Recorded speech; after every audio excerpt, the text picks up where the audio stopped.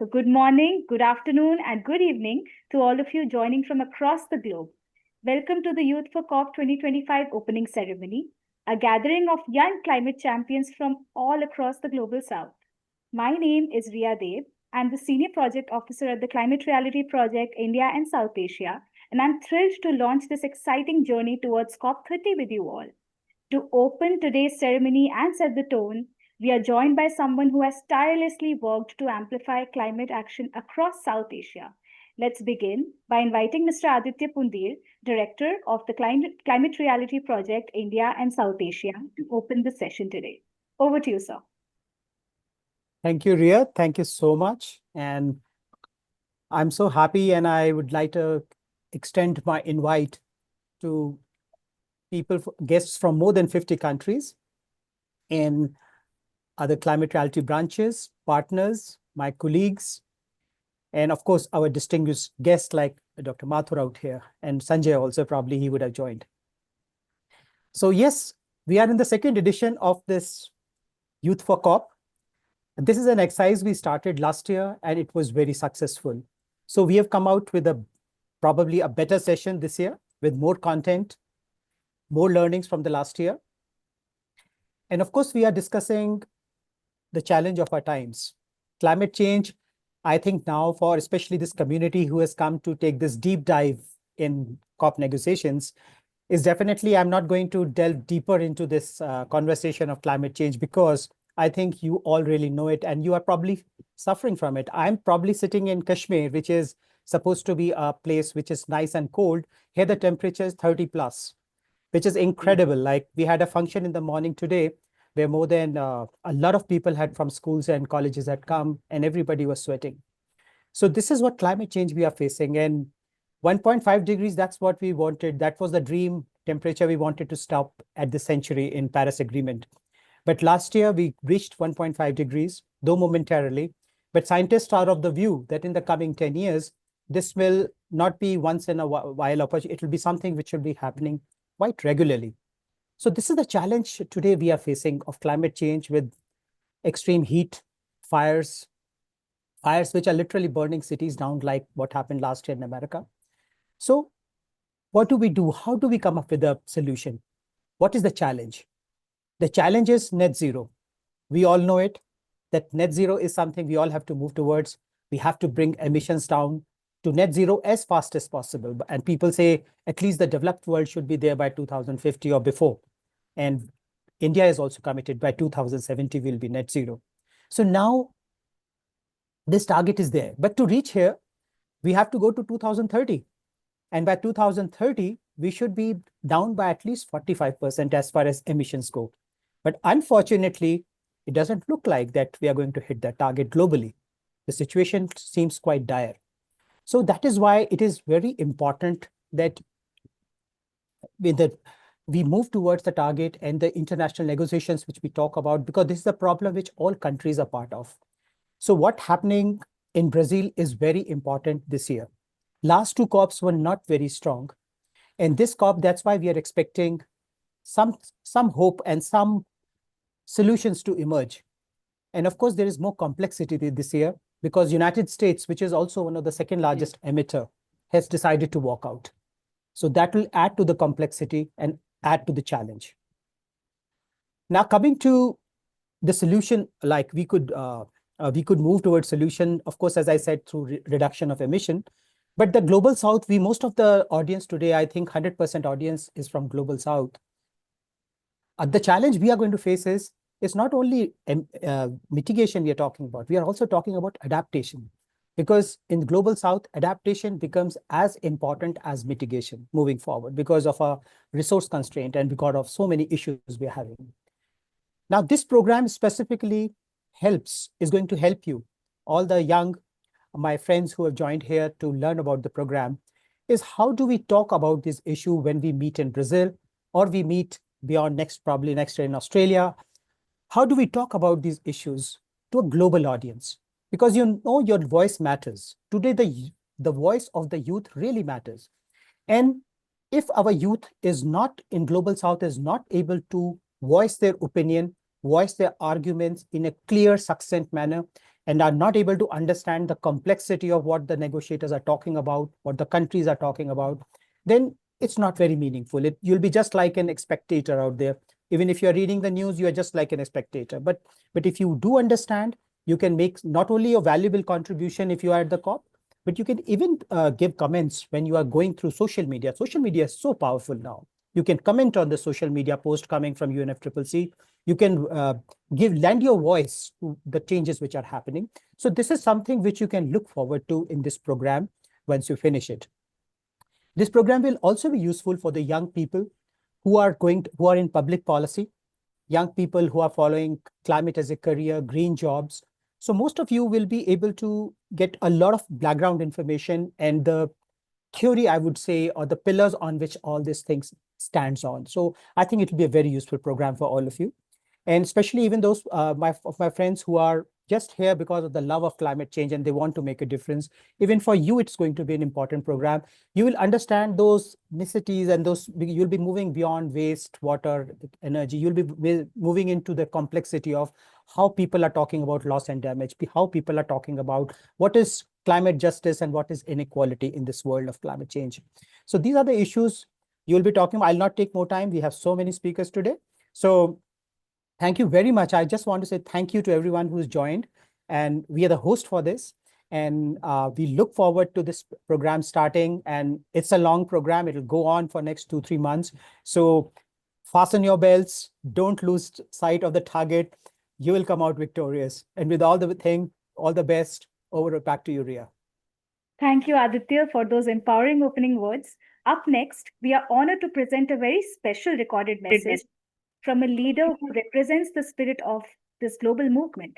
Please join me in listening to Ms. Phyllis Cutino, President and CEO of the Climate Reality Project, as she shares her message with all of us here for the Youth for COP 2025.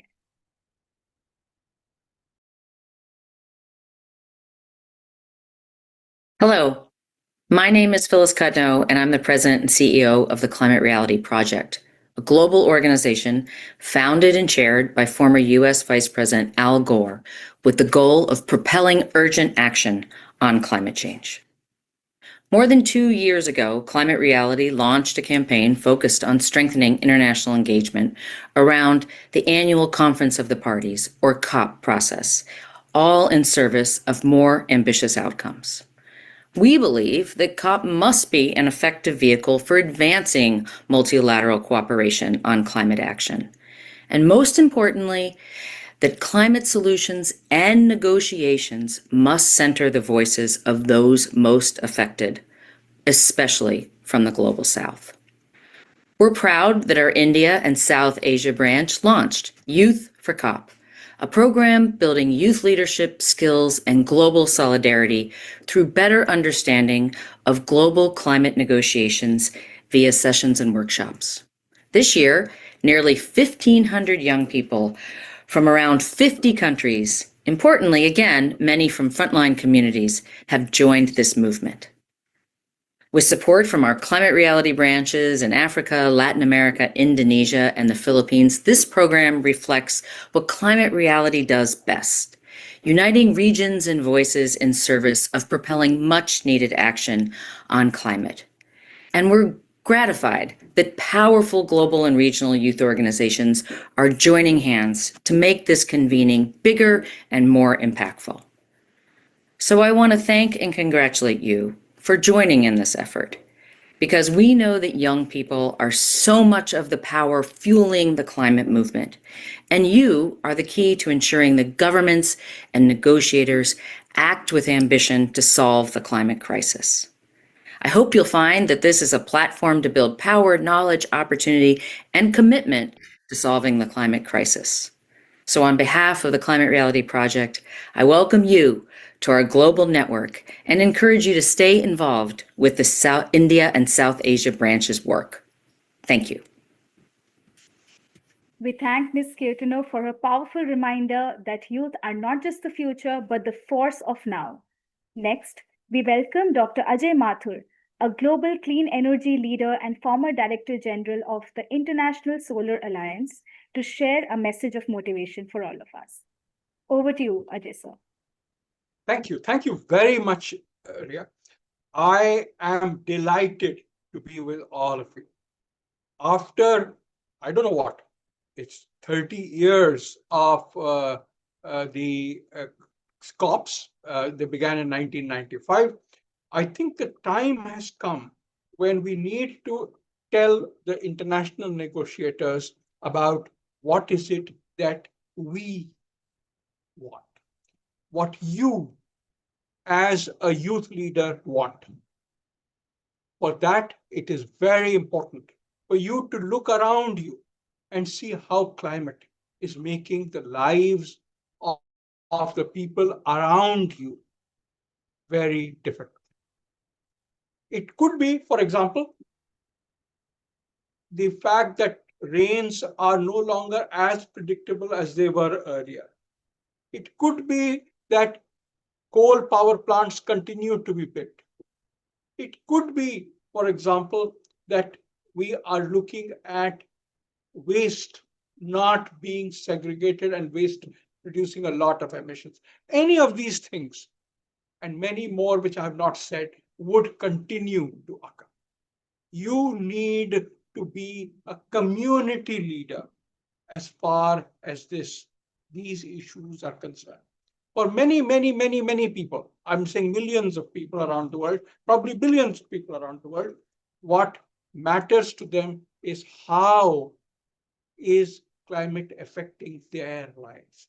They may not understand climate change is a big word, but they will understand what water availability means, what the availability of electricity through renewables, which is more local, means as opposed to electricity from coal or gas. It will definitely make an impact in their lives. It is that which you need to communicate. And I want to stress this word, communicate. I'm right now, after leaving the International Solar Alliance, a professor in the School of Public Policy at IIT Delhi. And one of the things that I have learned is the importance of both spoken and written communications. I would request you to focus on the key issue of what is it that you want to communicate? What is it that you want these people to do? Now, as far as the climate convention is concerned, you'll hear a lot about it. You will hear about how it is organized. You will hear about what's on the agenda. But at the end of the day, you need to have a message that you need to provide. And there's no better way of getting that message than reaching out to the community around. Today, in India, for example, last year in 2024, there were 4 auctions of electricity, round the clock electricity. It means electricity to be provided when we wanted it. And the tender said it had to be based on renewable electricity. And in 4 cases, we found that the prices were less than that of new coal plants that came online at the same time. I would argue that these plants, and they use solar, they use wind, and they use batteries. I would argue that renewables has reached the tipping point. It is very clear to us that this is the key for the future. Now, in your own communities, you need to find out what is it that is stopping the upscaling of renewable energy. It could be the availability of land. It could be the availability of transmission lines. It could be, for example, that the first costs are higher than those of fossil fuel projects, even though the cost of electricity is less. I would argue that you need to ensure that you've got the communities that you work with around you to support you. And that is the message that you need to take to the COP. You need to tell the COP that, listen, renewables have come to the point where they are the cheapest option. They will meet my country's, my community's needs For example, I am also a small farmer. And what I find is that using a solar pump, and I've used a solar pump for more than 10 years now, that using a solar pump makes me free of electricity supply, especially during the day when I need to provide the water to the plants. It is these kinds of benefits due to which people move to the renewable-based electricity targets. You need to figure these out and communicate these. You need to communicate it to your country negotiators. You need to communicate it to the world so that the world understands that the youth and the people who represented you in the room are talking of things which need to be done and need to be done in a hurry. I want to wish you all the best and hope that in the years to come, we will see a lot more youth. I am getting old. I'm losing hair. In fact, I don't have any hair. And very soon, what we will see is the passing of the baton to you. And we hope that you would do a far more effective job than we ever have been able to. Thank you very much and all the best to you. Thank you, Dr. Mathur, for your inspiring words. Your message brings both hope and urgency. Thank you for gracing us with your presence today. Next, to give a glimpse into the heart of the Youth for COP program, we welcome Mr. Sanjay Vashisht, Director of Climate Action Network South Asia, CANSA. Sanjay sir, over to you. Thank you, Ria. Thanks for the opportunity. Well, one of the reasons why I wanted to be in this panel is to get inspired from Dr. Ajay Mathur. I mean, it's always pleasure hearing from you. I feel so motivated always. And the best part is I feel young again. When Sir talks about no hair, but jokes apart, no, it's really very inspiring and it's always a learning. Every time I take one technical knowledge from Sir when I hear from him. So thank you, Sir, for continuing to mentoring us. I think in the world that we live now, we all saw what happened in Baku. I don't think we are happy with Baku outcome. COP29 was a disappointment because we didn't got 1.3 trillion or 900 billion or public grant. It was totally private finance and etc. So we were not happy. We left with a lot of disappointment. And that makes our advocacy more relevant. And not only that, that also makes it more important that more and more youth, young blood joins it. Last year, our engagement with youth was very learning experience. Aditya already mentioned about how successful that program was. And I can see here also success. It's around 215 participants in this call. Thank you everyone for joining and devoting time for this. This is really important. And let me assure you, this process will not waste your time. You will learn a lot.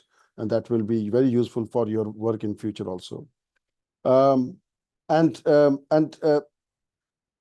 thanks Climate Reality for partnering with us. I think slowly, there are efforts to minimize the civil society space. We have seen that happening. The fact that, during COP, getting accommodations are very expensive is one way to minimize civil society space because they know that civil society will not. That's one example I quote, but then you have less space to speak, you have less space to represent those kind of challenges that we face. And that is why youths are the best ambassadors for us to basically get into advocacy. And there's a reason why I strongly believe in it. You all come without any baggage. You are basically willing to go out of the way to make your point. And this is best attitude that is that is necessary for required change. You don't care, what are the consequences. Forget about consequences. What we want is a change which is good for future and good for people. I think that's why CANSA and Climate Reality strongly believes that we have to invest and we have to work with youth to make sure that happened. And why advocacy is becoming more and more important? Because SB 62 last month in Bonn, there was agenda fight and countries were fighting, hey, whether to include climate finance or not, or whether to talk about higher ambition. No. There was a lot of fight and ultimately developing countries step back with a little bit compromise. And it was very clear that no one is willing to take up ambitious NCQG commitment, it is still very low, and it will have consequences on national determined contribution, or basically countries' ambition, which we are expecting to be submitted by September or October. Even Brazil, incoming presidency, I'm a bit disappointed because they are not willing to pick up, and they are talking more about. So basically, you visualize that we will give this on agenda, maybe ambition, which is a normal process of national determined contribution or global stocktake, and then we'll declare it success. So you commit less so that success can be declared. This is the attitude,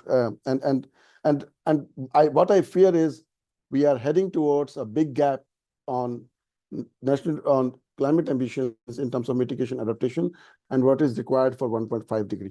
And that is why we need advocates and those who can change the course to make history. And let me give you, and it's not that it's not possible, it is possible. And let me give you an example. International Climate Justice few days back had made a historic verdict, holding fossil fuel companies and countries accountable that yes, you are culprit, you are causing climate change, and you are not at all taking it seriously. And that this whole process for the last 2-3 years has been going on but has been carried out and steered by Pacific Youth Coalition. So it's the youth who managed to bring a historic judgment, and I do hope that this will have bearing, or all country legal system picks it up and make it punishable offense also in their respective country, because ICJ ruling cannot be. So global negotiations plays important role, and CANSA aims to build active civic participation. This whole process is online. We are trying to make it as inclusive as possible. And the best part is we are working beyond geographic boundaries. 50 countries in this meeting is an example that we are dealing with a global problem. And we do hope that there's a global team of youth comprising with technical experts who will basically resolve this. So I do hope that maximum inputs in policies and actions at all levels can be channelized after this second year program is completes. So that is why this program is more important for me. So I'll stop here. Ria, back to you. Thank you, Sanjay sir, for reminding us that this is more than just a program, it's a platform for change. Now, let's look at the journey of Ms. Akriti Dotel from Nepalese Youth for Climate Action as she reflects on her journey through Youth for COP.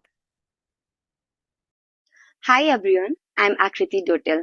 Last year, I had an incredible opportunity to be a part of Youth for COP, and let me tell you that it was very inspiring experience for me.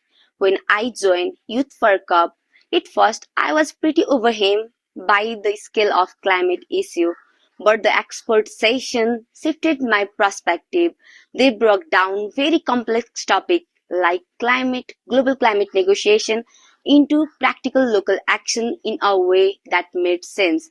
Every session sparked new ideas, and being surrounded with too many young people make it more powerful. And later that year, I had an opportunity to attend COP29, and the learning and insight from the Youth for COP makes me or provide me with the clarity and confidence and the context to engage in that big platform. To all it's just a starting, and you are in a very right platform. So don't miss out any opportunity. Ask the question, engage in the session, and make it more interactive. It lasts all the very best to you all, and welcome you all in an incredible journey. Thank you so much. Thank you. That's such a lovely message from Akriti. Her story speaks the power of youth-led action. Before we move further ahead into the program, just wanted to share everybody that our technical Youth for COP sessions will begin from August 10th. My colleague, Ms. Amrita Deshmukh, is going to leave a WhatsApp group link on the chat where you can all join in and get the updates of the program. Now moving ahead, let's hear regional reflections on why youth and climate justice go hand in hand.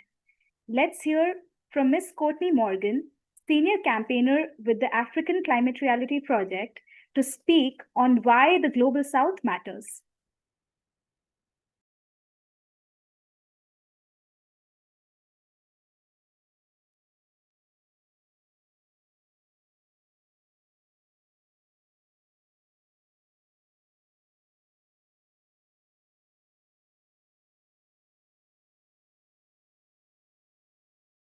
Hi, everybody. Firstly, I want to thank Climate Reality Project India and South Asia for initiating this partnership. This is an amazing opportunity to formalize and strengthen the connections and relationships we already have. My name is Courtney Morgan, and I'm the Senior Campaigner at the African Climate Reality Project. When I refer to us already having connections, I mean that our shared experiences, our shared histories, and our shared challenges already connect us. For too long, the Global South has been exploited, overpowered, and overlooked. And while we know that the Global North is responsible for the climate crisis and for our collective histories, we have to also recognize that the solutions sit with us. The Global South, all of us together, we have the solutions that could combat the climate crisis and bring real prosperity and justice to our regions.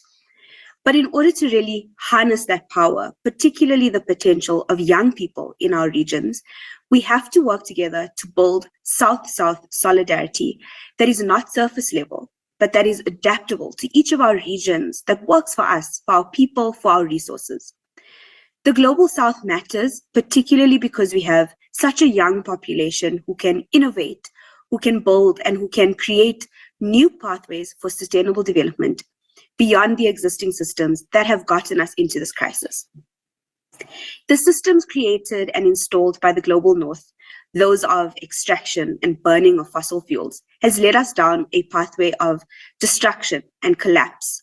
And beyond that, it has also not provided basic services to our regions. In Africa, we still have 600 million people who do not have access to electricity. If coal, oil, and gas were truly so necessary for development, why has it failed to deliver electricity to so many people? If extraction is the only way to develop, why are poverty levels still so high, and why are our people still starving? The truth is, those systems were never built for us, and no matter what, they will never bring us justice or equity. And while we have been trying for centuries to succeed within these imposed parameters, the climate crisis actually now presents the Global South with an opportunity to reject extractive models that have never served us. In Africa, we have 60% of the world's best solar potential, as well as quite favorable conditions for wind energy. And while coal, oil, and gas have not brought us energy security, but rather brought us conflict, land degradation, and health challenges, we can now build a whole new energy system using renewable sources. Part of the reason that people in Africa do not have access to electricity is because we don't have the physical infrastructure to actually reach rural communities from such a centralized system. But modular and decentralized solar systems can do that. And so we can not only create different systems of production, but also alternative systems of ownership and distribution. Another reason that the Global South matters is because our regions are home to some of the oldest surviving cultures and knowledge systems. Indigenous and traditional knowledge systems have already proven to be able to provide solutions and alternative practices which can help us in the fight against climate change. Our local communities have for centuries worked with nature instead of the Global North strategy of working against nature. The Global South has a lot to teach the world about sustainable growing food methods, preserving and respecting water sources, traditional medicine, working with the land in a way that allows for regeneration, as well as animal conservation. Finally, as the Global South, we have extensive lived experience and lessons we can share with the world. As regions who have overcome colonialism, genocides, oppressive governments, and various other political challenges, this means that we have experience in organizing, we have an inherent yearning for justice, and we have lessons of social movements that can assist us in building a bigger and better climate justice movement. From the anti-apartheid movement in South Africa to La Via Campesina in South America to women's rights movements in India, justice and resilience is something that the Global South knows well. As the climate justice movement, we must bring those lessons with us, and we must not let this movement be undermined by global north conceptions of justice that really fail to include alternative identities, various knowledge systems, and an anti-capitalist mindset. The global south must not only build these systems and share our experiences in building and organizing, but we must also lead these movements, and our communities that are most affected by the climate crisis must be at the center of these movements. So, to conclude, we must remember that the global south matters because we hold the people power and the resource potential to truly overcome the climate crisis in a way that not only delivers justice to our people, but also survival. Thank you. We thank Courtney for her words, which underscore why equity and representation must remain at the center of climate conversations. From the continent of Africa, we now shift to Southeast Asia, where climate change is a daily reality. Please welcome Ms. Amy Oliveros, Interim Branch Manager of the Climate Reality Project Philippines, as she shares first-hand stories from the front lines. Over to you, Amy. Mabuhay to everyone. My warmest greetings of strength and solidarity to all the amazing delegates, the guests, and of course the organizers of Youth for COP. I'm Amy Oliveros. I represent Climate Reality from the beautiful but extremely climate vulnerable country, Philippines. Today was actually the first time in a few weeks that I've seen clear skies. Though it was very short, it's very comforting. It's a quiet reminder that there is hope amidst devastation. Severe typhoon storm Wipa unleashed its strength and enhanced the southeast monsoon, which brought about relentless rain and heavy flooding across the Philippines and Asia. Loss of lives, loss of security, loss of protection, and loss of peace. This is not the first time, and this will certainly not be the last. Super typhoons strike with terrifying frequency, seas occupying our coastlines, and record heat indices threatening lives and, of course, livelihood. The Philippines remain the country most at risk of extreme natural disasters according to the World Risk Index, which highlights our nation's continuing struggle against the impacts of climate change. 70% of our population is highly vulnerable to climate-induced hazards, which threaten social and economic growth and the overall well-being of Filipinos in our ecosystem. These alarming impacts underscore the urgent need for decisive leadership and transformative policies that prioritize environmental accountability and sustainability, especially in building climate resilient nations. This is our reality. This is the reality of climate vulnerable and global South nations, which I know are represented in this conference. The climate crisis is not a distant threat. It is here, and it is here shaping our future. We have been hearing the alarm bells from scientists warning us about the state of the planet and climate crisis. This sound has been ringing for decades. We all know that the science is clear. Greenhouse gas emissions from human activities are the main drivers climate change for the global climate change. Climate impacts also highlights how those who least contribute to the problems are the most affected by its consequences and will continue to be at the forefronts of this crisis. This unfortunately reveals the dark realities that underscore our need for change. While consequences of climate change become more dire, we're very hopeful that a powerful new force is rising to meet it, a generation of passionate young leaders like yourself. With our window of opportunity closing at rapid speed, we have no time to waste. We have no time to waste on false climate solutions. We need actions that will deliver genuine climate justice to the most affected people and nations. We have no time to waste on a system that enables polluters to continue exploiting the people and, of course, our planet. We need to hold them accountable for their actions. We have no time to waste on a system that disproportionately affects the most vulnerable communities. We need to empower these communities to speak up and take action. And we need to create a reality that is anchored on justice and equity. That's the better reality that we deserve and we need. So we are joining you in this fight towards a better reality. Maraming salamat po. Thank you, everyone. Thank you, Amy. Your stories bring urgency, emotion, and a clear call to action. We now head to Latin America, a region which resilience and grassroots leadership works at the best. Please welcome Ms. Itzel Morales Lagunes, Interim Branch Manager of the Climate Reality Project Latin America, to share the Latin American climate reality with all of us. Over to you, Itzel. Thank you, Rija. Good evening to everyone. Good morning to the people that it's also in Latin America. I want to begin thanking the Climate Reality Project India and South Asia for creating this space. It is an honor to me to be speaking at this ceremony for the opening of Youth for COP, because something that I've been listening and reflecting about is that this is not just a training, it's a seed, and today we're planting this seed together.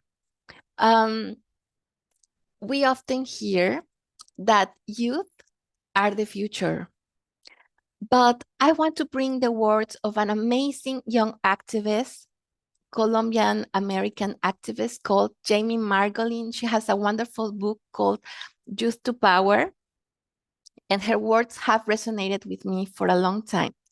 She says that youth are the moral compass of our movements because young people speak with clarity, act with courage, and hold to their values, even when institutions fail to do so.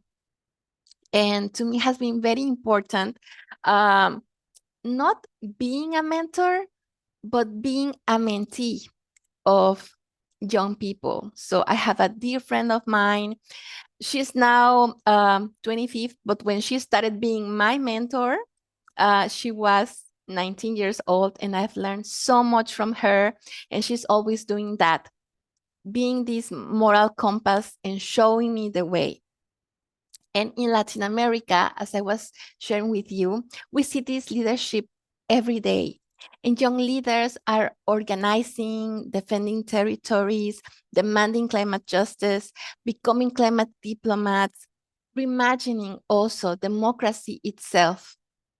And the power that young people have, it doesn't only come from holding office.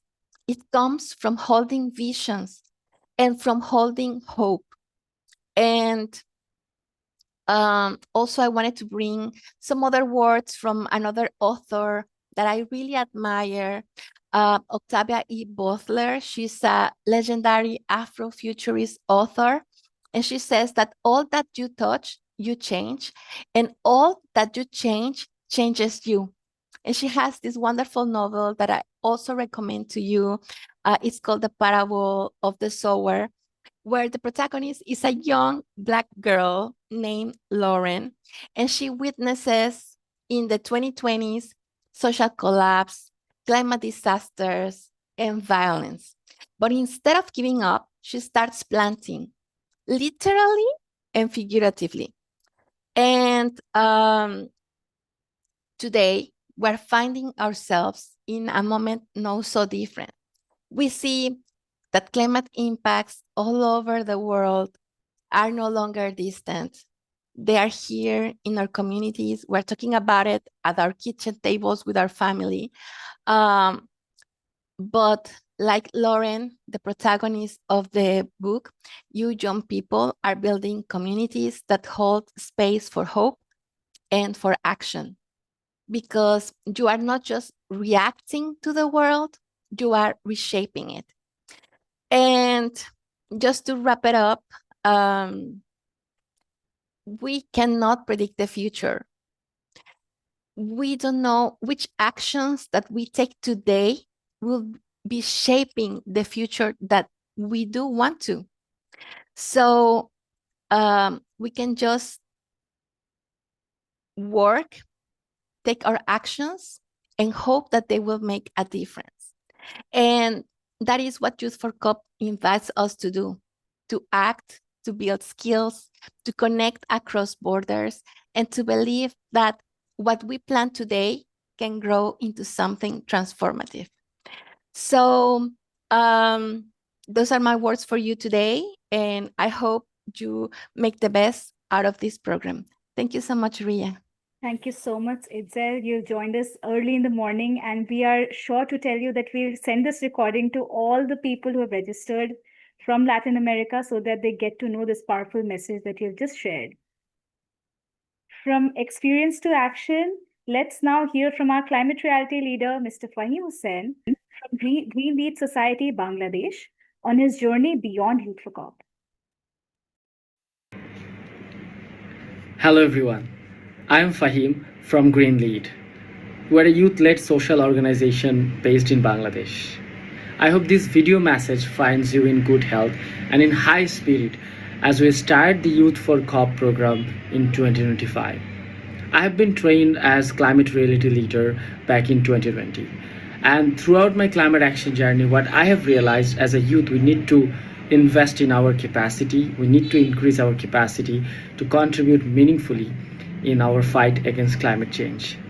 So I strongly believe this Youth for COP program will be a great opportunity for you to learn from these sessions and also connect with all the fellow change makers around the Asia and beyond. And I have a message for you that as a youth, you should not be termed as only youth. You should build your capacity as young negotiator, young scientist, young engineer, young entrepreneur, and so on. Because as a youth, as we try to meaningfully contribute, we just not only to be there to have our participation. Rather, we want to have a meaningful contribution as an expert and also share our own experience from the region that are impacted mostly by climate change. So I believe all of you here will take and leverage the opportunity that presents from the Youth for COP programs, and each of these sessions and all the programmatic components will be very helpful to you. And I believe you will utilize this opportunity to grow your capacity, to build within the power you have, and also contribute not only to the COP and also to all the summits and all the table you have around the world. So thank you so much, and I wish you the best of luck in your journey and looking forward to see you in the Youth for COP program. Thank you. We thank Fahim for his powerful message of what's possible. To guide us what lies ahead at COP30, we welcome Mr. Amanullah Porag, founder of Youth for NDCs, all the way from Bangladesh. Over to you, Amanullah. Hi, thank you. I hope I'm audible. Yes, you're audible. Great, thank you. So first of all, thank you for inviting me here. And it's truly an honor to be speaking in front of more than 200 people whom I can see in the call.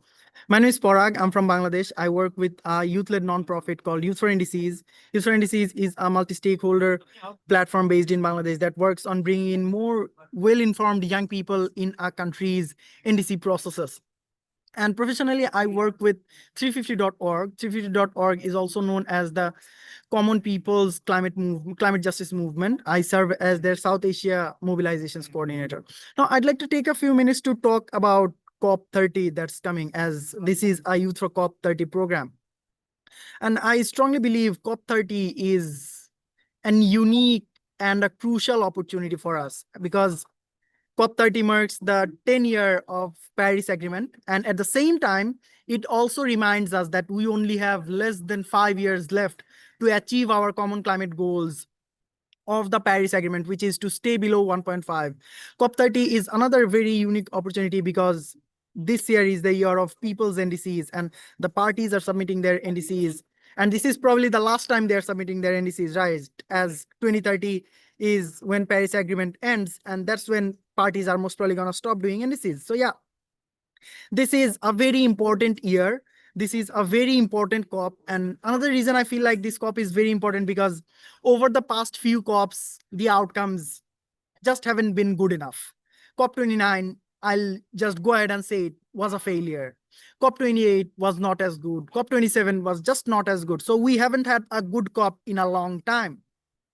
So this is when we change things. And with more and more parties walking out of the Paris Agreement and walking out of UNFCCC itself, I think that's risky. And COP30 will actually decide how the global climate conversation will move ahead. So this is an opportunity we all should very strongly utilize, especially when it comes to young people. We have had youth in COP spaces for decades now, and still we don't have a concrete definition of meaningful youth engagement and meaningful youth engagement in the UNFCCC processes. So this COP, I feel like one of our key priorities should be defining meaningful youth engagement itself and defining how young people can be more meaningfully and impactfully engaged in the UNFCCC processes rather than just being there as observers or as watchdogs. Young people should have specific roles. Young people should have specific duties and mandate that they can follow to bring the transformative change that we need in the global climate scenario at this moment. Because I'll be again go ahead and say it. I'm losing hope with the older people and with the older generation, especially with the older parties and the way they have been behaving at COP and the way they have been doing these climate negotiations. So young people needs to take the lead and young people needs to get the space for the better good, because I really believe young people has that power. Young people have that power, to bring that, again, the transformative change and to actually bring the change the globe needs right now. So yeah, let us all, come together to make sure COP30 is not another failure. COP30 is not another global climate tour or a global climate business. And let's come together to make sure that we actually bring something good out of COP30. So yeah, I'll stop there, Ria, and thank you again for having me here. Thank you. Thank you, Amanullah. You've given us a map and reminded us that it's time we start walking the talk towards COP30. Now that we know the path, let's talk about who should be leading the way. Last but not the least, please welcome Mr. Ari Vijayanarko Adipratomo, Policy and Advocacy Manager at the Climate Reality Project Indonesia, to speak about the power of youth leadership at COP30. Over to you, Mr. Ari. Thank you, Ria. Hi, everyone. Namaste, our Sub Sanya Sapiko. Warm greeting from Jakarta, Indonesia. And thank you for the Climate Reality India and also South Asia for creating this powerful space. It is truly an honor to stand here today amongst youth from many countries, 200 youths here today from the Global South, all united by one dream, a just, livable future. So what does youth leadership mean for the Global South? In Indonesia, we have seen youth take leadership not by waiting for permission, but by acting from where they are. In 2023, the Climate Reality Project Indonesia organized our first ever mock COP Indonesia, where youth became negotiators, challenged the system, and also rewrote the rules. One high school student from the community losing their lands to rising seas told us that, "I never thought my village story could shape a global agreement, but now I know it can." Through the Youth Leadership Camp on Climate Crisis, or YLCCC, from Indonesia, we brought togetherness changemakers from across Southeast Asia. They designed climate justice roadmap, interfaith actions, and also local adaptation plans. For us, leadership is not a title. It is how we respond, whom we uplift when no one else is watching. But let's be honest, it is not easy. As youth from the Global South, we're often tokenized in panels but excluded from decisions. We're sometimes expected to inspire but not trusted to lead. And we are present in numbers but absent in influence. That's why Youth for COP 2025 is different for us, because this isn't just a training. It's strategy, solidarity, and transformations. We are not just participants of COP, we are pre-negotiators of the world we want. Three things I learned from Indonesian youth leadership: that first, it is rooted yourself in your people, not just in policies, but in lived realities. Secondly, you dare to question the power. One of our youth said that if loss and damage funding exists, why are we still rebuilding our homes alone? Let this be the truth-telling guide of our diplomacy. And last, never lead alone. Movement grows when care grows. Stand with your peers, share space, and share care. From Jakarta to Belém, let's shape COP30 together. Let's make COP30 not just another conference, but a turning point led by prepared, organized, and unstoppable youth. Not invited guests, but architect of ambitions. And finally, congratulations to Climate Reality in India and South Asia for your leadership in making Youth COP 2025 a reality. You have not created a program only, you have created a platform of hope, a global classroom of justice and a movement that connect ocean and continents. Akhir main bus Yahi Kahuga. Dafayat, terima kasih. Thank you. Back to you, Ria. Thank you so much for your kind words for the program, Ari. We hope to bring everything together when all of us are working for the same cause. You've reignited the belief that youth leadership isn't optional, it's absolutely necessary. Now, as we come to the end of the webinar today, and as we close, we invite reflections from Ms. Divya from the Indian Youth Climate Network, IYCN. Over to you, Divya. Yeah. Hi. Hello, everyone. I'm Divya Mehta, a board member of the Indian Youth Climate Network. And I am truly honored to close this inspiring opening ceremony of Youth for COP 2025. What we witnessed today wasn't just a session, it was a spark. From powerful keynote messages to real stories from the front line, every voice echoed one truth. Youth from the global south are not just participants in the climate movement. We are the leaders shaping its future. We're grateful to all the participants and to the speakers who shared their insights, experiences, and hopes, reminding us of the urgency, the responsibility, and the potential we hold, and to the incredible participants who joined us from across the continents. Your presence speaks volumes about the strength and the unity of this global youth movement. Last year's program set the stage. This year, we're building on that momentum, bolder, more collaborative, and more committed than ever before. Let's take this energy forward. Let's make space for the voices that matter, and let's show the world that youth-led climate action is not just a dream, it's already happening. Thank you for being a part of this journey. The road to COP30 starts now, and we're walking it together. Thank you so much. Thank you so much for calling out all the reflections for the program today. Before we all shift out of the webinar, I just request all the panelists to turn on their camera so that we can take a quick screenshot. Request all the panelists once. Yes. Perfect. Are we done, Amrita and Gitika? Are we done? Yeah, we are done. Thank you so much, everyone. Thank you so much. And just wanted to let everybody know again that this is just the opening ceremony, and the real knowledge and the technical sessions begin from 10th of August.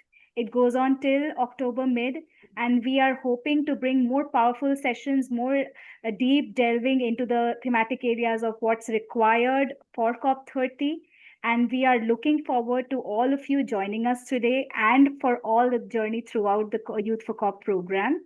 Stay tuned for more updates. We have put on the website WhatsApp group link in our chat. Join us there and keep the networking alive, and we'll make it a much, much bigger program this year. Thank you so much. Thank you, everybody, for joining in and taking out your time for a cause like this. Thank you so much. And good evening, good morning, good afternoon to wherever you're from the world.